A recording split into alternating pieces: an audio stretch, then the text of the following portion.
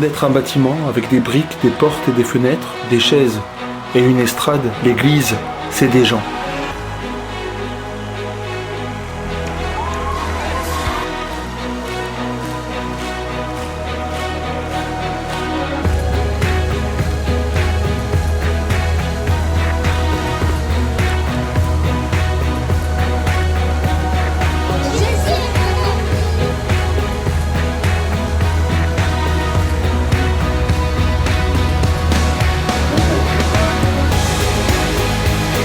Avec nos problèmes et notre amour sincère pour le Seigneur.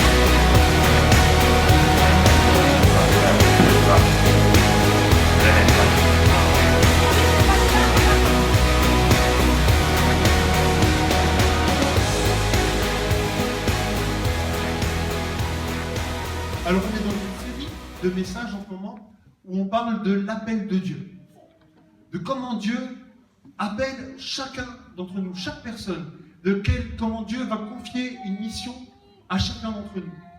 Alors il y a une citation d'un écrivain anglais qui s'appelle Oscar Wilde, une citation que j'aime beaucoup, peut-être ma citation préférée.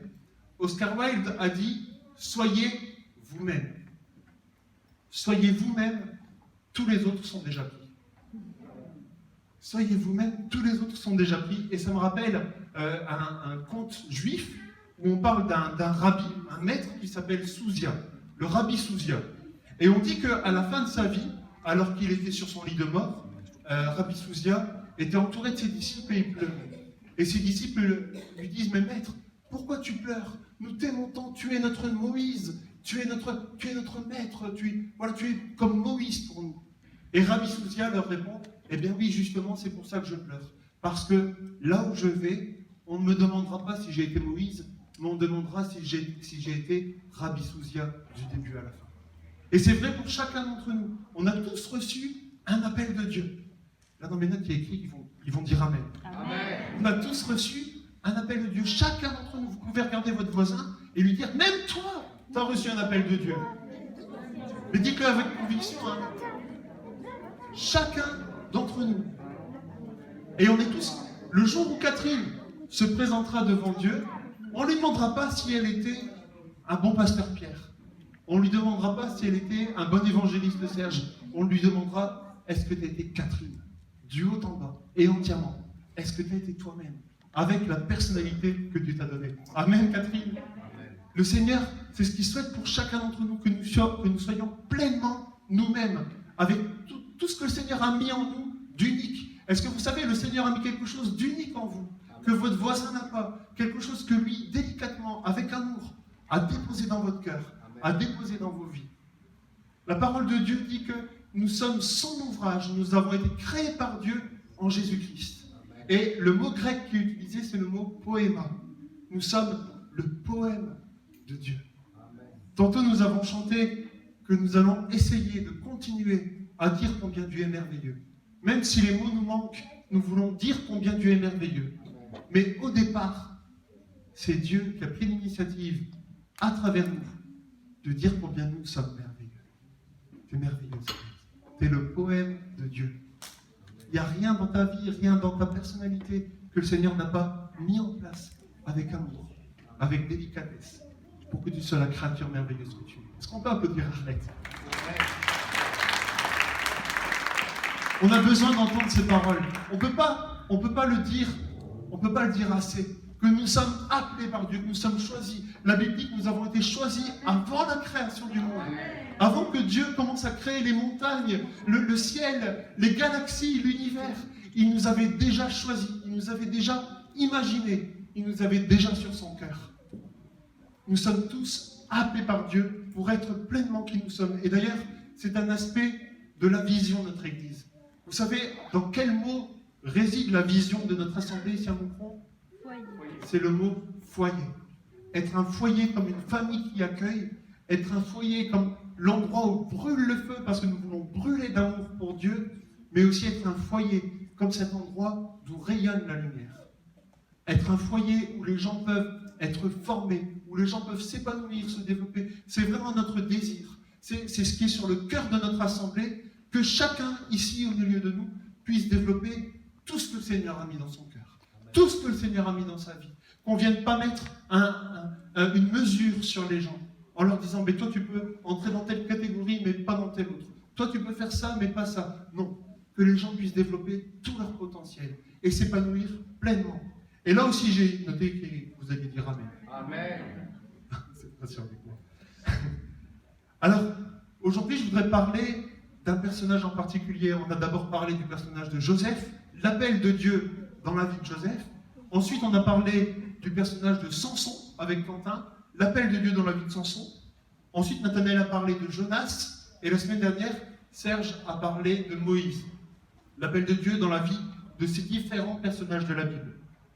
Aujourd'hui, je voudrais vous parler du seul, de l'unique, de Jésus. Amen. L'appel de Dieu dans la vie de notre Seigneur Jésus. Ça peut paraître presque paradoxal de parler de l'appel de Dieu dans la vie de Jésus, puisque Jésus est Dieu lui-même. C'est Dieu, c'est Jésus qui appelle. Mais nous allons le voir ensemble, Jésus a eu besoin de faire des pas pour entrer lui-même dans son appel, pour devenir qui il était, pour être ce Messie tant attendu par toute l'humanité. Jésus a eu besoin de faire plusieurs pas. Le premier pas que Jésus a dû faire, c'est de prendre pleinement conscience de l'amour de Dieu pour lui, de l'amour du Père. Et c'est un pas que le Seigneur nous invite tous à faire, de mettre toute notre confiance, de placer notre identité dans l'amour de Dieu pour nous. Je voudrais voyager un peu dans l'évangile de Marc avec vous ce matin. Et le premier verset que je voudrais lire se trouve dans Marc chapitre 1, on commence par le commencement, et on nous dit, en ce temps-là, Jésus vint de Nazareth en Galilée, et il fut baptisé par Jean dans le Jourdain. Même Jésus, il s'est identifié à nous, et il s'est fait baptiser. Au moment où Jésus sortait de l'eau, il vit les cieux s'ouvrir et l'Esprit descendre sur lui comme une colombe. Et une voix fit entendre des cieux ces paroles, « Tu es mon Fils bien-aimé, en toi j'ai mis toute mon affection. Tu es mon Fils bien-aimé, en toi j'ai mis toute mon affection. » Pour Jésus, cette déclaration d'amour de Dieu, ces mots d'amour de Dieu qui lui dit « Je t'ai choisi, je t'aime, tu es mon Fils bien-aimé, j'ai mis toute mon affection en toi. » C'était la base de son identité. Et à ce moment-là, Jésus n'a encore rien fait.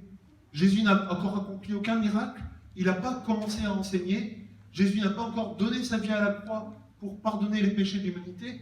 Jésus n'a encore rien fait, mais l'amour de Dieu lui est déjà donné, comme le fondement de qui il est. Juste après ce moment-là, Jésus sera conduit par le Saint-Esprit dans le désert, où le diable va mettre à l'épreuve sa mission et son identité. Mais dès le départ, le fondement de l'appel de Jésus, c'est l'amour de Dieu. Et c'est très important pour nous de prendre conscience qu'on est pleinement aimé de Dieu, que notre identité profonde, c'est celle d'être un enfant de Dieu, un enfant bien-aimé, que le Seigneur a mis toute son affection en nous. Ces paroles qui ont retenti dans le ciel le jour du baptême de Jésus, elles ne sont pas pour lui seul. Aujourd'hui, ces paroles, elles sont pour toi Roméo, pour toi Dominique, pour toi John. Tu es mon Fils bien-aimé. Le Seigneur dit, tu es mon enfant. Je t'ai imaginé avant la fondation du monde. J'étais là à ta naissance. Tous les jours de ta vie, je t'ai suivi. Tu es mon enfant bien-aimé. Et comme Samuel le disait, il n'y a rien qu'on puisse faire qui peut nous séparer de l'amour de Dieu. Amen. Amen. Peut-être vous êtes en train de vous dire, mais j'ai commis des erreurs, je me suis éloigné, j'ai été chercher ailleurs des réponses, je me suis tourné vers d'autres religions, j'ai prié d'autres dieux. Il n'y a rien que tu puisses faire, il n'y a rien que tu aies pu faire qui t'a séparé de l'amour de Dieu en Jésus-Christ. Tu es son Fils bien-aimé. Vous connaissez cette chanson? Je ne suis plus esclave de la peur. Je suis enfant de Dieu. Et c'est un premier pas que Jésus a fait, c'est un premier pas que nous sommes tous appelés à faire, de comprendre qu'on n'a rien besoin de prouver. On n'a pas besoin de prêcher, on n'a pas besoin de prier ou lire la Bible, on n'a pas besoin même d'être dans la louange pour être aimé de Dieu. Son amour est là comme le fondement de nos vies. Et c'est parce que son amour est là qu'on a envie de le louer, qu'on a envie de le servir, qu'on a envie de se lancer dans plein de projets, qu'on a envie de parler de lui autour de nous. C'est parce que son amour nous est donné. Vous comprenez? On ne peut pas mériter l'amour de Dieu. C'est vraiment important d'accueillir cette parole. Tu ne peux pas mériter l'amour de Dieu. Parce que tu ne peux pas mériter quelque chose qui t'est déjà donné. Amen. Le Seigneur a déjà donné sa vie à la croix par amour pour toi. Tu ne peux rien faire de plus que ce que le Seigneur a déjà fait. La seule chose que tu peux faire ce matin, c'est d'accepter cette main qui t'est tendue. C'est le premier pas que Jésus a fait. On va continuer avec un deuxième pas. C'est le pas de l'action. Après le pas de l'amour de Dieu, prendre conscience de l'amour de Dieu, c'est le pas d'entrer en action. On peut continuer dans Marc chapitre 1 au verset 14. Après que Jean le Baptiste eut été livré, Jésus alla dans la Galilée, prêchant l'évangile de Dieu. On ne sait rien de ce que Jésus a fait durant les premières décennies de sa vie. Souvent, dans la tradition, on nous dit que Jésus il a 30 ans quand il commence à prêcher, à enseigner, à opérer des miracles. Et pendant toutes ces années, Jésus a attendu. Il a attendu le bon moment. C'est aussi un enseignement pour nous, parce que peut-être vous sentez qu'il y a un appel de Dieu sur votre vie, et puis vous vous dites, mais je suis là en train d'attendre, je suis là. Souvenez-vous que Dieu n'est pas pressé. Dieu prend son temps. Mais quand le temps vient, il faut dire oui. Et c'est ce que Jésus a fait. Il a été en Galilée et il a commencé à prêcher. Jésus disait, le temps est accompli et le royaume de Dieu est proche. Repentez-vous et croyez à la bonne nouvelle. Comme Jésus passait le long de la mer de Galilée, il vit Simon et André qui jetaient un filet dans la mer, car ils étaient pêcheurs. Jésus leur dit, suivez-moi et je vous ferai pêcheurs d'hommes. Aussitôt, ils laissèrent leur filet et le suivirent. Ils se rendirent à Capernaum, et le jour du sabbat, Jésus entra d'abord dans la synagogue et il enseigna. Après toutes ces années d'attente et de préparation, Jésus était un charpentier. On nous dit dans les évangiles que Jésus était un charpentier.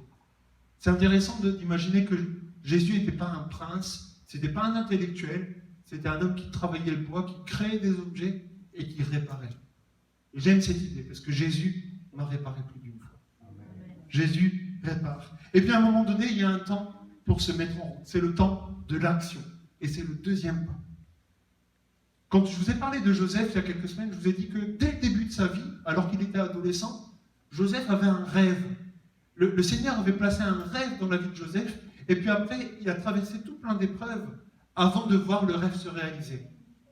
Eh bien, pour Jésus, c'était le contraire. Parce que Jésus vivait le rêve. Jésus était dans la gloire de Dieu, il était dans le ciel avec les anges. Et il a choisi de quitter tout ça pour venir sur la terre. Jésus a quitté le rêve pour choisir un chemin de souffrance, un chemin de pauvreté, par amour pour toi et moi. Et quand on veut servir Dieu, et on est tous appelés à servir Dieu, à nouveau dit Amen, on est tous appelés à servir Dieu, on a tous une mission à accomplir, certainement même plusieurs missions, on ne doit pas restreindre les choses, on a tous plusieurs appels sur nos vies, et parfois, ces appels restent à l'état de rêve, ou on pourrait même dire de fantasme. On s'imagine, ah tiens, ce serait merveilleux si je priais pour les malades. Oh là là, je suis convaincu que le Seigneur a un appel pour moi, pour la guérison. Et je vais prier pour les gens et les gens vont guérir. Et je vais prier pour les gens et ils vont ressusciter. Et je vais aller évangéliser mon voisinage. Et je vais parler de Dieu à ma famille. Mais ce qui est dramatique, c'est que parfois ça reste à l'état de rêve. Ça reste à l'état de fantasme. Est-ce que ça vous est déjà arrivé? Le matin, votre réveil sonne. Vous savez que vous devez vous lever. Mais votre cerveau vous joue un vilain tour. Vous vous rendormez et vous rêvez que vous êtes en train de vous lever. Et vous vous habillez, vous vous lavez les dents, vous vous préparez pour aller au travail ou à l'école. Et puis tout à coup, le réveil sonne à nouveau et là, vous vous rendez compte que non, vous étiez dans votre lit. Et donc, vous avez pris du retard et la journée commence mal. Est-ce que c'est déjà arrivé à quelqu'un, ça? Ok. On est quelques-uns. Bon, c'est plus dramatique quand on rêve qu'on va à la toilette faire pipi. C'est plus embêtant. Encore plus embêtant. Et parfois c'est pareil dans nos vies, on s'imagine faire un tas de choses et on a des projets et si vous êtes comme moi, vous remplissez des feuilles et des cahiers avec tous vos idées et tous vos projets et tout ce que vous avez à cœur, mais vous avez du mal à passer à l'action. Parce que c'est pas facile de passer à l'action. C'est pas facile de faire ce deuxième pas. Prendre conscience de l'amour de Dieu, c'est déjà un défi. Mais passer à l'action, commencer à mettre des choses en place concrètement, c'est pas facile. Il a fallu que Jésus, en réalité, il a fallu que Jésus dise oui à l'appel de Dieu. Dans l'Ancien Testament, il y a un prophète qui s'appelle Ésaïe, qui nous décrit comment il a vécu son appel. Ésaïe a eu une vision de Dieu dans le ciel, et puis il a entendu Dieu dire « Qui vais-je envoyer et qui va marcher pour nous ?» Et le prophète Ésaïe a répondu « Me voici, envoie-moi ». Le Seigneur Jésus a eu besoin, lui aussi, de dire oui. On nous dit dans la lettre aux Hébreux, je vais vous lire un verset, et je suis curieux de savoir si vous avez déjà relevé ce verset. C'est dans la lettre aux Hébreux, chapitre 10, verset 5, il est dit « En entrant dans le monde, Jésus-Christ a dit « Tu n'as voulu ni sacrifice ni offrande, mais tu m'as formé un corps, alors j'ai dit « Me voici, je viens pour faire, ô Dieu, ta volonté. » Est-ce que vous avez déjà lu ce verset ? C'est pas un des versets qui est forcément fluoté dans nos Bibles. Hein. C'est pas un verset qu'on connaît bien, mais ce verset, un jour, quand je l'ai lu, je me suis rendu compte, ça parlait de l'appel de Jésus. Mais pas l'appel de Jésus quand il était sur terre, dans son atelier de charpentier. L'appel de Jésus quand il était au ciel, dans la gloire de Dieu. Et Jésus a entendu cet appel de Dieu, de dire, qui vais-je envoyer pour retrouver une relation avec l'humanité? Parce que Dieu est un papa. Et cette barrière du péché qui empêchait Dieu d'être en relation avec ses enfants, c'était pas possible. Il a dit, qui vais-je envoyer? Et Jésus a dit, moi, envoie-moi, je suis prêt à faire ta volonté. Et je pense que dans le ciel et dans la gloire de Dieu, Jésus avait déjà conscience que faire la volonté de Dieu, ça allait être le chemin de la croix. Vous vous rendez compte la valeur de ce oui que Jésus a dit? Il a fallu que Jésus dise oui, parce que Dieu ne force personne. Même si je vous ai demandé de dire Amen quand j'ai dit il y a un appel sur votre vie, vous avez une mission à accomplir, et personne ne peut vous obliger, personne ne peut vous pousser, vous contraindre, vous avez besoin de dire oui à Dieu. Personne ne peut servir Dieu s'il ne dit pas oui de tout son cœur. Il y a un oui à dire, et il y a des non à dire. Jésus a dû dire non. Il a dû dire non à sa famille. Vous savez, quand Jésus a commencé à être connu, à enseigner, les foules le suivaient, la propre famille de Jésus, sa maman et ses frères sont venus, et ses sœurs sont venus en lui disant « Mais écoute, arrête, tu es en train de devenir fou, il faut que tu rentres à la maison, il faut que tu arrêtes tes bêtises. » Jésus a dû leur dire non. Non, parce qu'il était conscient de sa mission et de son appel. Parfois, on a besoin de dire non. Il a dû dire non à ses disciples, quand ses disciples lui ont dit « Mais tu vas prendre le pouvoir, tu ne vas pas souffrir, tu ne seras pas arrêté, tu es tout puissant. » Jésus a dû dire non. Non, mon chemin passe par la croix. Mon chemin passe par la souffrance. Jésus a dû dire non à toutes les tactiques du diable pour lui faire prendre un raccourci. Le diable s'est présenté devant Jésus. Il lui a dit, mais toute ta mission, devenir roi, être un prince, être admiré, être prié, que les gens te voient comme un sauveur, moi je peux te le donner. Et tous les jours de nos vies, le diable vient et à travers différentes tentations, il nous propose des raccourcis pour accomplir notre mission, pour se sentir bien, se sentir épanoui. Il nous propose plein de choses, des choses qu'on peut acheter, des choses qu'on peut dire, des mensonges qu'on peut proférer pour que les autres nous admirent. Tout ça, ce sont des raccourcis. Et Jésus a dû dire non. Il a dû dire oui à Dieu et il a dû dire non à toutes ces tentations pour entrer pleinement dans son appel. Amen. En fait, Jésus a choisi de s'incarner. Il a choisi de prendre chair. Quand Quentin nous a parlé de Samson, il nous a montré combien Samson était un homme fort. Il avait une force phénoménale. Samson était quelqu'un de puissant, il était capable de dégommer des armées entières tout seul. Jésus, il a fait volontairement le choix de la faiblesse et de la fragilité. Est-ce que vous avez déjà entendu parler d'un Dieu qui vient sur la terre dans le corps d'un petit bébé? Un petit bébé fragile, vulnérable, qui pourrait être tué par n'importe qui. Si on ne s'occupe pas de lui, il est là et il meurt. C'est le Dieu, créateur de l'univers, a choisi de s'incarner, de prendre chair dans un petit bébé. Il y a des oui à dire et il y a des non à dire. Continuons toujours dans l'évangile de Marc, chapitre 2, verset 13. Jésus sortit de nouveau du côté du lac. Toute la foule venait à lui et il l'enseignait. En passant, Jésus vit Lévi, fils d'Alphée, assis au bureau des taxes. Il lui dit « Suis-moi ». Lévi se leva et le suivit. Je pense ce matin aux gens qui ont été blessés, qui ont peut-être servi Dieu, qui qui ont voulu vivre leur appel pour Dieu et qui ont été blessés. Blessés peut-être dans leur famille, peut-être par un professeur qui leur a dit « tu n'y arriveras pas, t'es nul », peut-être même blessés dans l'église. Il y a beaucoup d'hommes et de femmes qui sont blessés dans les églises. C'est dramatique, mais c'est une réalité. À tous ceux qui attendent que quelqu'un leur tende la main.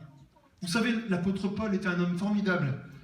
Quand il s'est converti, l'apôtre Paul, tout de suite, il a commencé à parler de Jésus. Mais les autorités de Jérusalem, la crème de l'époque, l'apôtre Pierre, l'apôtre Jean, ils lui ont dit « Écoute Paul, tu déranges, ça devient un peu compliqué, tu fais trop de bruit, il faut que tu ailles dans le désert. » Et Paul a passé plusieurs années dans le désert, jusqu'au jour où quelqu'un qui s'appelle Barnabas est venu le voir et lui a tendu la main. Pierre, le disciple de Jésus, il était en train de pécher quand Jésus lui a tendu la main. Et là, on nous parle d'un personnage qui s'appelle Lévi, qui est en fait Matthieu, celui qui va écrire l'évangile et raconter la vie de Jésus. Lévi, il était assis à son bureau. Il était collecteur d'impôts. En fait, Lévi était quelqu'un qui était détesté, parce que les collecteurs d'impôts travaillaient pour les Romains, et les Juifs détestaient les collaborateurs. Il était certainement vu comme un traître pour son peuple, un traître pour sa famille, celui que tout le monde détestait. Il avait sans doute ruiné des gens, il avait brisé des vies, et il s'était enfermé dans ce personnage. Et je crois que tous les jours, Lévi, à son bureau, il devait se dire « mais je suis appelé à autre chose, je suis appelé à quelque chose de plus grand ».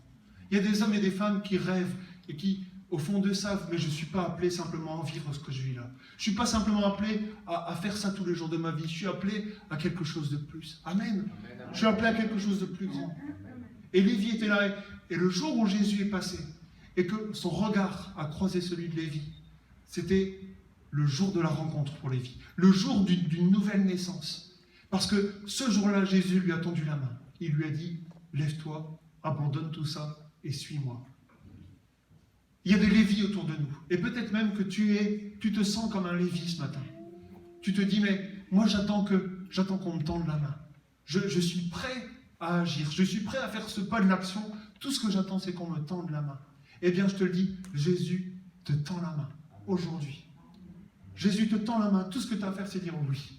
Oui. C'est ce que j'attendais. C'est le jour que j'attendais. C'est la rencontre que j'attendais. Je prends cette main qui m'est tendue.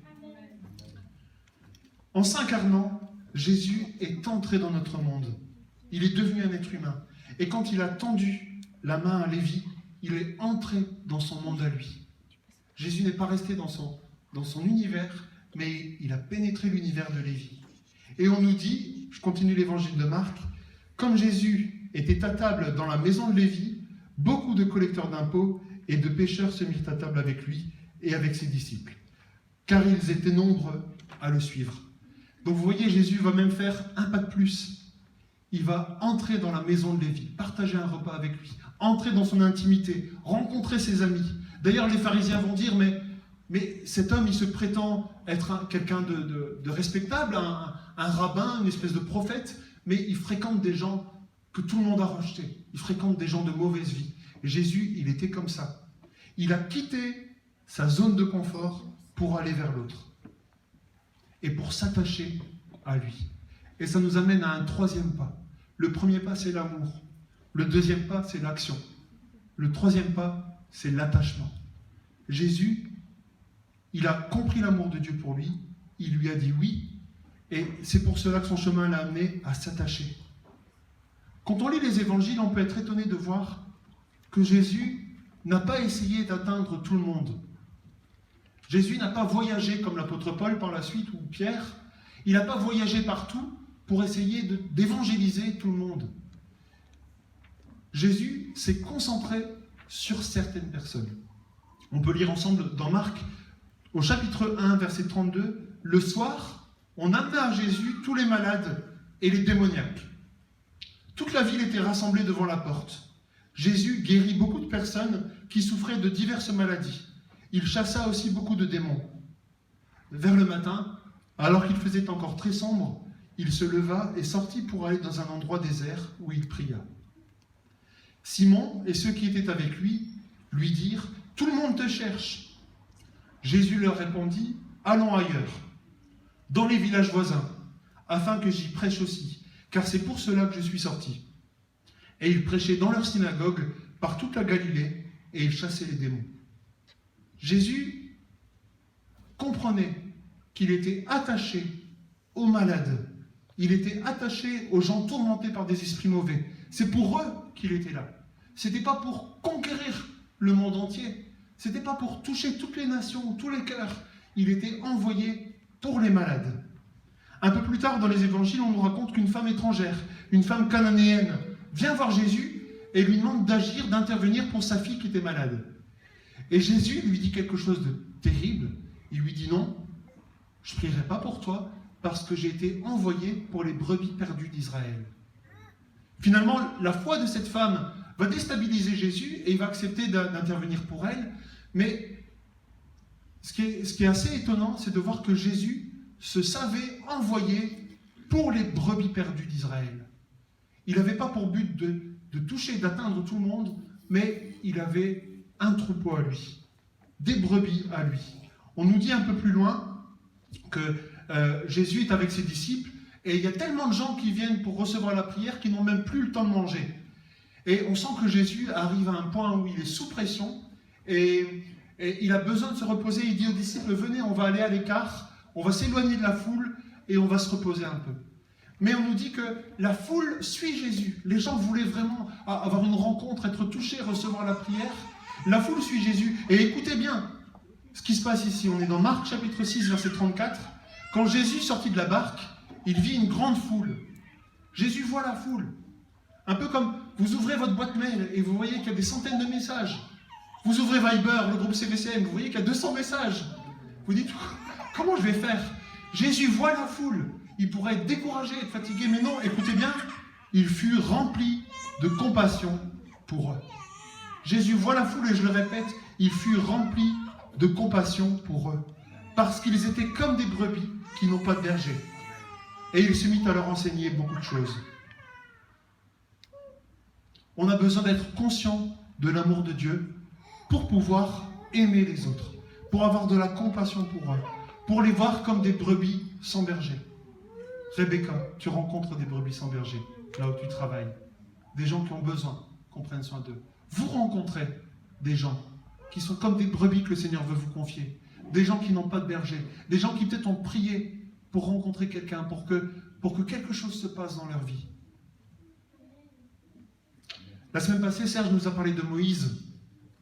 Et Serge nous disait que Moïse a eu de la compassion pour les gens de son peuple. Il vivait dans un palais, il était prince.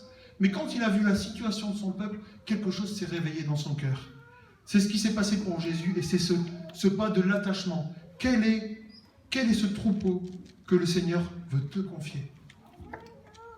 On parle souvent de quitter notre zone de confort. Vous avez déjà entendu ça, hein?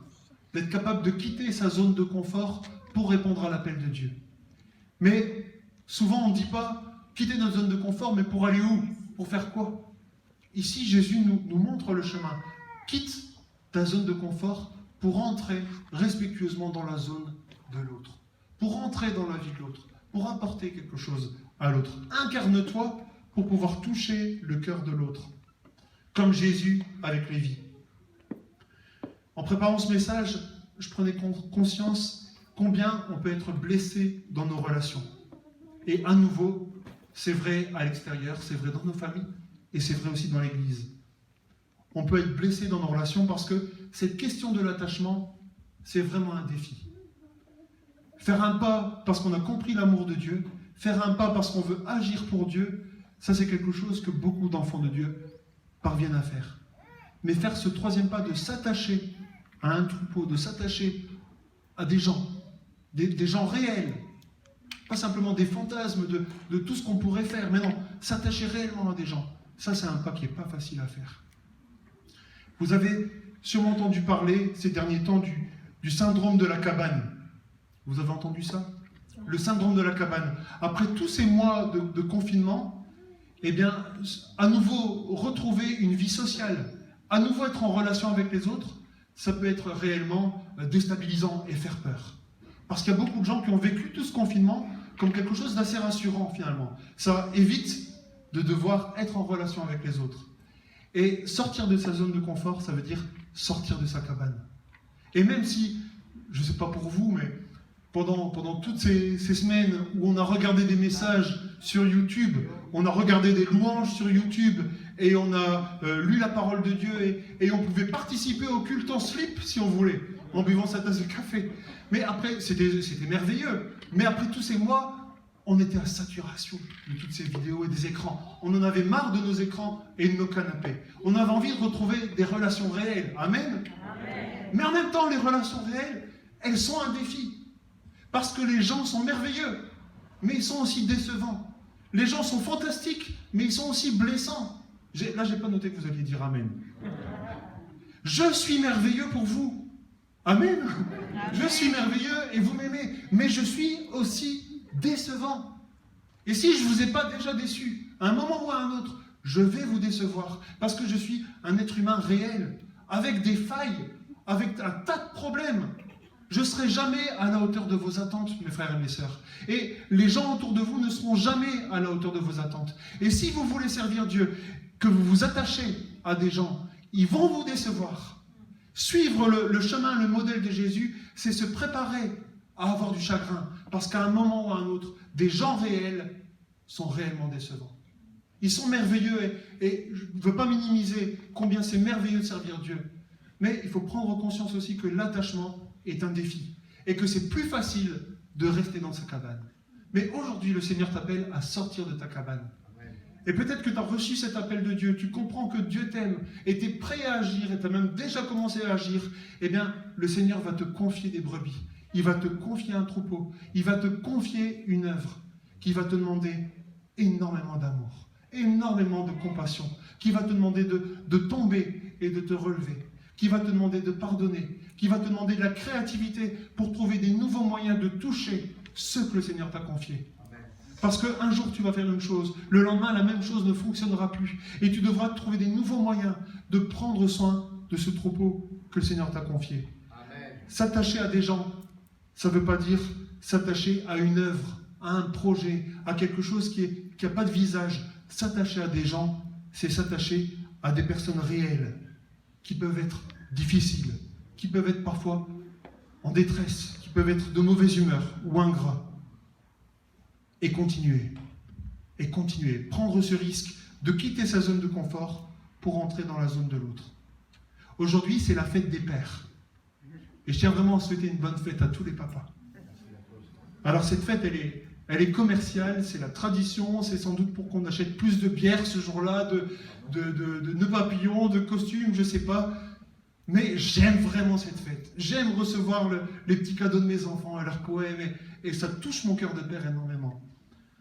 Et je pense qu'aujourd'hui, il y a des papas qui sont appelés à quitter leur zone, à pousser la porte de la chambre de leur enfant pour entrer dans la zone de leur enfant, peut-être de leur adolescent, peut-être de leur grand garçon, de leur grande fille, peut-être même d'un enfant adulte, pour retrouver la relation. Peut-être que, en tant que papa, tes enfants t'ont déçu, peut-être que la relation est abîmée, mais je sens vraiment que le Seigneur te dit, quitte ta zone de confort, fais ce pas d'aller vers ton enfant. Il y a des mamans qui ont besoin de faire ce pas, il y a des enfants qui ont besoin d'être touchés, il y a des enfants qui sont touchés par le Seigneur pour ouvrir leur cœur à leur papa et leur maman. Combien d'enfants vivent, et souvent chez les enfants de chrétiens, c'est quelque chose de très fréquent, où on vit dans le mensonge, où on fait des choses, où on dit des choses que papa et maman ne savent pas. Et un jour après l'autre, une année après l'autre, on ferme notre cœur. Et pour finir, on n'a plus de relation avec ses parents. Quitte ta zone de confort, fais ce pas pour retrouver cette relation d'attachement avec tes parents, avec tes enfants. Le Seigneur a mis autour de vous des collègues, des proches, peut-être un autre étudiant à ton école pour les étudiants. Les malades peut-être. Peut-être que le Seigneur te dit, toi tu peux faire quelque chose pour les malades. Va dans les hôpitaux, rends visite aux malades. Les personnes âgées, les personnes qui sont dans les homes, les prisonniers. Les prisonniers, le Seigneur nous appelle, c'est dans la Bible noir sur blanc, allez rendre visite aux prisonniers, allez dans les prisons. Qui est déjà allé dans une prison parmi vous? Moi j'y suis allé. Il faut du courage pour aller dans une prison. faut du courage pour passer les portes de 2-3 mètres de haut d'une prison et pour rencontrer les prisonniers. Le Seigneur nous dit, ces gens-là, quel que soit leur passé, ils ont besoin de Dieu. Amen. Ils ont besoin de Dieu, eux aussi. Tout comme chacun d'entre nous ici. Dans les prisons, ils ont besoin de Dieu. Au refuge, les étrangers, les réfugiés, ils ont besoin de Dieu aussi. Quel est ce troupeau que le Seigneur met sur ton cœur? Quelle est cette zone dans laquelle le Seigneur t'appelle à entrer? Ça, c'est à chacun de répondre. Vous avez peut-être déjà entendu les discours, vous savez, quand il y a les Miss Belgique, les Miss France, les Miss Italie, Miss Sicile, je ne sais pas s'il y a, Tony. Je sais pas. Ouais, bon. Alors, quand on demande à la jeune fille qui se présente dans le concours de Miss, c'est quoi votre vœu le plus cher? Qu'est-ce qu'elle répond? La paix dans le monde. La paix dans le monde. Est-ce que vous pensez qu'il y a une Miss qui un jour fait quoi que ce soit pour la paix dans le monde vraiment? Non. Je pense pas. Parce que si ce que tu veux, c'est la paix dans le monde, ben, il y a de grandes chances que tu ne changes rien au monde. Mais si tu veux la paix dans ta famille, alors tu peux faire quelque chose. Amen. Si tu veux la paix dans tes relations sur ton lieu de travail, tu peux faire une différence. Si tu veux la paix dans tes relations avec tes amis, tu peux faire quelque chose. Au milieu de ta maison, avec tes enfants, avec tes parents. Vous voyez, on a tous reçu de Dieu une mission et on est attaché à quelqu'un. On n'est pas attaché au monde entier, on ne peut pas sauver le monde entier, mais on peut faire la différence dans la vie d'une personne qui croise notre chemin. Amen. Amen. Et il y a un quatrième pas. Il y a le pas de l'amour, il y a le pas de l'action, il y a le pas de l'attachement, et il y a un quatrième pas, un dernier pas, le pas de l'abnégation. L'abnégation. Quand on suit le chemin tracé par Jésus, c'est un pas supplémentaire. Et abnégation, ça veut dire quoi? Ça veut dire quoi l'abnégation? Ça veut dire qu'on renonce à soi-même, qu'on accepte de donner notre vie, de mourir à soi-même, qu'on accepte de persévérer même quand tout s'écroule. Amen. On nous lit dans l'évangile de Marc, on peut lire dans l'évangile de Marc, chapitre 14, verset 32, Jésus et ses disciples se rendirent ensuite dans un endroit appelé Gethsémané. Et Jésus dit à ses disciples, « Asseyez-vous ici pendant que je prierai. » Il prit avec lui Pierre, Jacques et Jean, et il commença à être saisi de frayeur et d'angoisse. Il leur dit, « Mon âme est triste à en mourir. Restez ici, éveillés. » Puis il avança de quelques pas, se jeta contre terre et pria que, si cela était possible, cette heure s'éloigne de lui. Jésus disait, « Abba Père, tout est possible. Éloigne de moi cette coupe. Toutefois, non pas ce que je veux, mais ce que tu veux. » L'appel de Jésus, sa mission, l'amour de Dieu pour lui, son action, son attachement, tout cela l'a amené à cet endroit, à Gethsémané, dans un jardin. Et Gethsémané, ça veut dire le pressoir à huile. Tout le parcours de Jésus l'a amené dans cet endroit qui est comme un pressoir. Jésus, à ce moment-là, il est pressé par la frayeur, il est pressé par la frustration. C'est toute sa faiblesse et toutes les fissures de sa nature humaine qui sont mises à nu à Gethsémané. C'est le lieu de l'ultime tentation. Jésus a été tenté au désert, mais à Gethsémané, c'est le lieu de l'ultime tentation. Et quand Jésus dit « Abba Père », ça veut dire « Tu es mon papa chéri, tu es mon papa. Tout est possible, tu es tout puissant, tu peux tout faire. Éloigne de moi cette épreuve, si c'est possible. » Jésus savait que sur son chemin, il y avait la souffrance et il y avait la croix. Et je trouve ça tellement touchant de voir que le Seigneur des Seigneurs, il a fait cette même prière que vous et moi, nous avons déjà fait. « Seigneur, tu es mon papa, tu peux tout faire. Tu peux guérir ce proche qui est malade. Tu peux me sortir de cette situation. S'il te plaît, agis pour moi. » C'est cette même prière que Jésus fait, comme nous dans nos moments de détresse. Et puis, Jésus fait ce pas supplémentaire de dire « ta volonté et pas la mienne ». Jésus a accepté ce chemin, cette route tracée par Dieu. Jésus a accepté ce chemin tel qu'il était, avec la souffrance et la mort qu'il comportait. C'est difficile d'accepter la volonté de Dieu quand elle nous emmène loin de la guérison, quand elle nous emmène loin de la réussite. quand elle nous emmène loin de la force, loin de la justice, quand elle passe par la mort. Je parlais avec Nathanaël cette semaine, et ensemble on pensait à Jésus, à l'apôtre Paul, à quasiment tous les serviteurs de la Bible. Tous ces gens-là, ces hommes et ces femmes, ont vu leur monde s'écrouler. Et tous leurs efforts réduits à néant. Et pourtant, la volonté de Dieu était en train de s'accomplir à travers eux. Quand on pense à l'apôtre Paul a passé sa vie à créer des églises, à voyager. Dans ses lettres, Paul décrit tout ce qu'il a souffert. Il a été fouetté, il a été laissé pour mort, il a été abandonné par tous. Et à la fin de sa vie, Paul se retrouve tout seul dans une prison souterraine. Il ne pouvait même pas se tenir debout. Et il attendait d'être exécuté. Tout le monde l'avait abandonné. Ce que Paul savait à ce moment-là, c'est que les églises qu'il avait fondées, les églises pour lesquelles il s'était battu, avaient toutes été déstabilisées par d'autres gens qui étaient venus enseigner d'autres choses, qui avaient dit du mal sur Paul. Tout le monde lui avait tourné le dos. Je crois que Paul, dans les derniers jours de sa vie, quand il pensait à tout ce qu'il avait fait, il devait se dire « J'ai échoué à tous les niveaux. Tout ce que j'ai fait s'est écroulé. Il n'y a rien qui a fonctionné. » Pourtant, 2000 ans plus tard, nous lisons ces lettres. Nous sommes encouragés à travers ces lettres. Nous vivons notre foi en Dieu parce que l'apôtre Paul a fait ce qu'il a fait. Son monde s'est écroulé. Tout ce qu'il a construit a été détruit. Mais l'œuvre de Dieu a perduré. Et sa volonté s'est accomplie. Même dans ces difficultés-là. L'histoire de Paul, ça n'a rien à voir avec l'histoire de Steve Jobs, de Bill Gates ou de Jeff Bezos. C'est la fin misérable d'un martyr. C'est pas la trajectoire d'un héros. Et la vie de Jésus, c'est la même chose. On pourrait dire que Jésus est une espèce de super-héros. On pourrait être intimidé par l'exemple de Jésus. Mais on l'a vu ensemble, Jésus a dit oui. Il a choisi la fragilité. Et il a accepté ce chemin qui le conduisait vers la mort. On nous dit que Jésus est à Gethsémani et qu'il prie. Et à un moment donné, il va vers ses disciples. Jésus vint vers les disciples qu'il trouva endormis. Et il dit, restez vigilants et priez pour ne pas céder à la tentation. L'esprit est bien disposé, mais par nature, l'homme est faible.